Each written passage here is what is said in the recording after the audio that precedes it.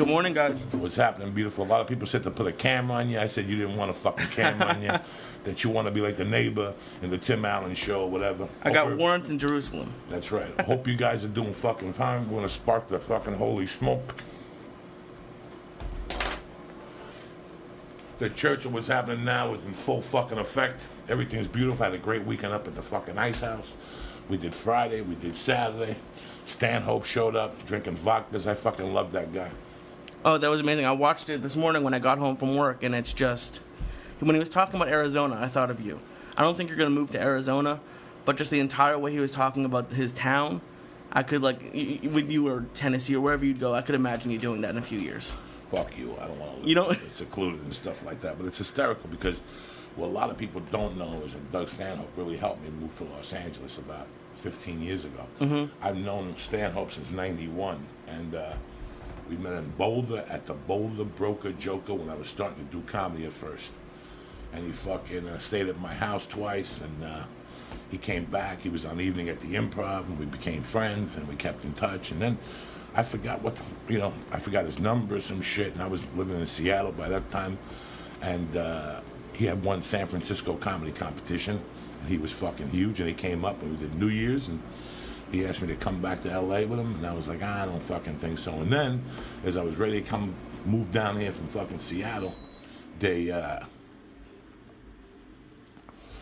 fucking didn't want me to leave. Like, they put, like, this phony warrant up, so I had to wait an extra fucking couple of weeks. But when I got here, I stayed with Stanhope. He got me into the fucking Comedy Store, so that's what a lot of people don't know. So I had a great time up there. Testicle Testaments was great. Testicle Testaments, the taping, was great on Wednesday night. We talked about Juan. That was amazing, man. I mean, it's getting better and better. I mean, if you guys don't know, Joey does his stories, Testicle Testaments, every last Wednesday of the month. Last Wednesday of the month. And I'm very lucky because like the week before, Joey takes me to a coffee shop, and we're just talking, but he goes through the story with me, and it's, especially this one about your stepdad was just, it was unbelievable. Like, you got emotional. You becoming a father now, it's kind of amazing to think about. I came back at Spins Out. You know, it was weird because he was like my father. He was my father. He's the only father I ever knew, so I always think about him. I find myself doing shit in the daytime. I'm like, that's something Juan would do or whatever. But besides that, the church was happening now. We're going to come to you live every week, twice a week. Monday mornings about 6 a.m., Wednesday mornings about 6 a.m., a little bit of music, talk about some shit. You know, talk about the rules of what's happening now. A lot of people don't know about the Church of What's Happening Now, how it was invented. Church of What's Happening Now is a code I fucking live off, okay? You ever have these people that they come up to you and they start breaking your balls about shit, and you listen to what they're telling you, you're like, either this guy's a fucking phony or he's out of his fucking mind. You know, talking to you about, well, in 1972, you know, dolphins were going to be extinct. Who gives a fuck, guy? You mean to tell me you're really interested about shit, or you're just talking about this shit to be fucking interesting? The Church of What's Happening Now avoids all that shit. Rule number 1 of the Church of What's Happening Now is mind your fucking business.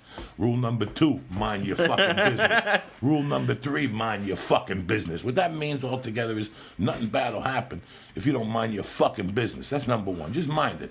Number 2 of the Church of What's Happening Now, whatever they think they're expecting from you, give them something fucking different.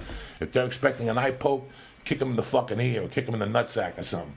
Something completely different here. Look at these Twitter fucking monkey toddies are savage. These motherfuckers don't sleep on Twitter.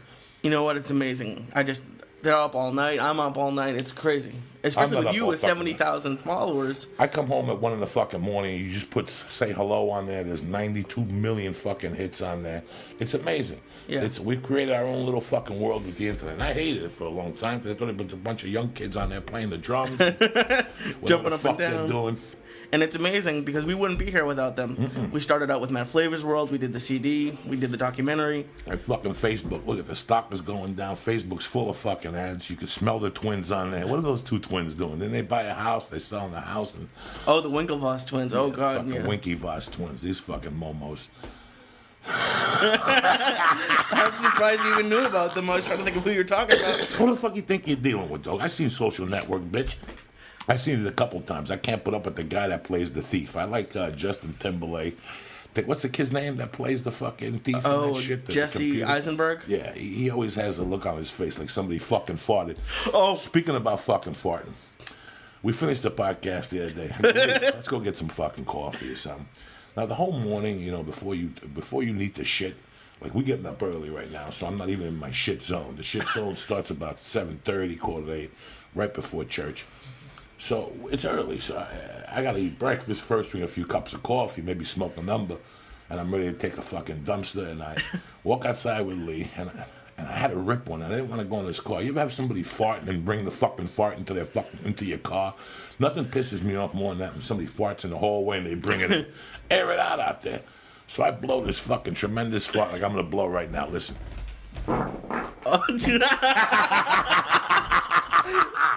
Just like that, I blow a fucking number. But you can't. Lee heard it in the car. Oh my God, so I heard it in the car. I'm a fucking real Jew. I'm not going to go in there with that ass stink around my muffler. I'm out there airing the leg out. I'm pumping it like a fucking dog. And as I look, I see a lady about 30 feet away. And she's about 90 years old, like a Spanish grandmother. And she's walking as slowly, like, picture any old woman walking across the street, that's her. I get into the fucking car, and I go, Lee, this poor lady's about to walk into the fog of fucking death. Right? And sure enough, as she walks into the zone, I see her pick her head up and just start going like this, like she smells it. Now, and she made a face that was perfect. Perfect. Now, if you were inside the house and somebody smelled your fart, that's one thing.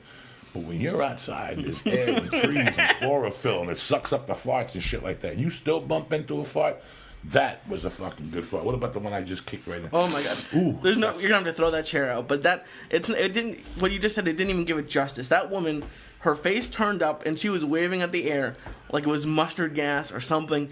It wasn't just, oh, that's a bad smelling fart. She was. You probably ruined her day. Let me tell you something, people. I hope you're up. Don't forget, let's say church starts at 7:30. It's 6:18 right now. It's 9:18 on the East Coast. Either you're walking out of church, you're going to fucking Denny's to stand online like a mook, or you're going to go out to your car, smoke a number, and think about whatever the fuck the priest or the fucking deacon or the fucking rabbi had to say. Well, the Jews go to church yesterday. Whatever the fuck, temple. They're special. They go to temple with Prince. You know what I'm saying? So, like right now today, I got to get the fuck out of here in about an hour.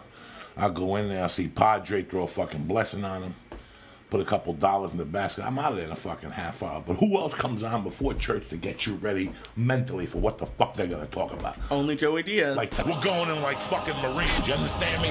Welcome to church, motherfucker.